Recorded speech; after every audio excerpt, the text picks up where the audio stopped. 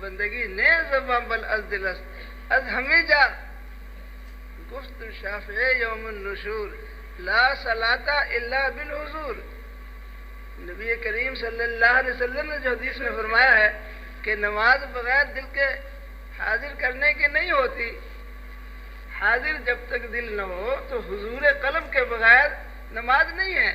نفی فرما دی نبی کریم صلی اللہ علیہ وسلم نے.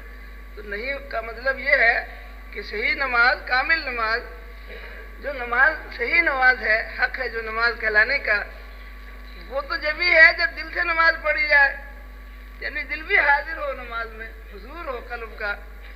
تو حضور قلب کے بغیر نماز کی نفی فرما رہے ہیں نبی کریم صلی اللہ علیہ وسلم کہ وہ نماز ہی نہیں جو حضور قلب سے نہیں، جو حضور قلب نہیں ہے جس میں وہ نماز ہی نہیں.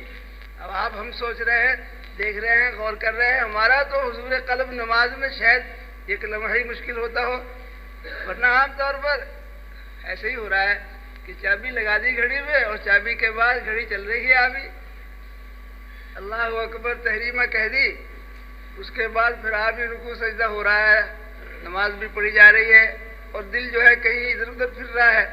صرف پھر نہیں رہا، ہم پھیر بھی رہے ہیں. پھرنا تو الگ ہے کہ ہمارے اختیار سے باہر پھر جائے کوئی چیز، آپ ہی چلی گئی، آپ ہی خیال آ گیا اور چلا گیا، اور ہم دل میں نماز کی رکھیں کیفیت کو. یہ بھی نہیں ہے، ہم دل میں ارادہ کر کے ہی ہم سوچنے لگ جاتے ہیں بہت سی چیزیں.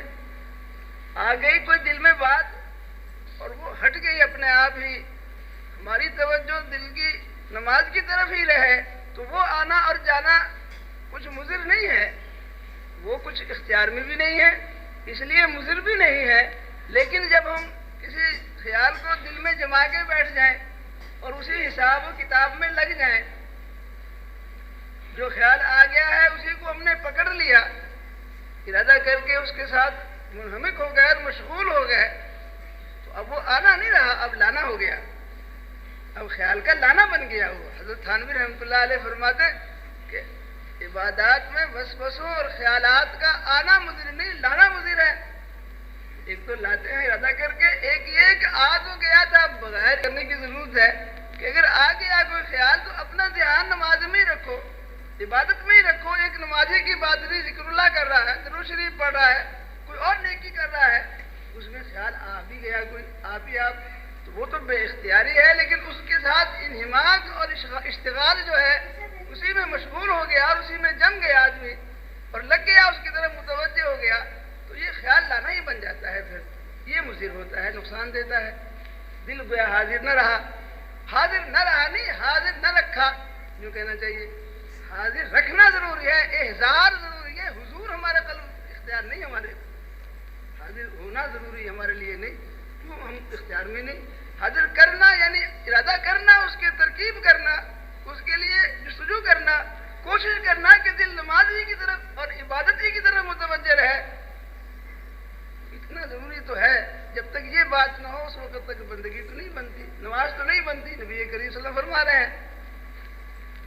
حاضر اس وقت عرض کا یہ ہوا کہ ہماری زندگی کا جو ایک عبدیت ہے ہماری اور غلامی ہے جو اللہ کی، یہ ایک ہی 2 4 10 20 50 100 عملوں سے یا عقیدوں سے نہیں صرف ہو جاتی مکمل، بلکہ یہ تو زندگی میں پوری زندگی کو احاطہ کیے ہوئے ہے.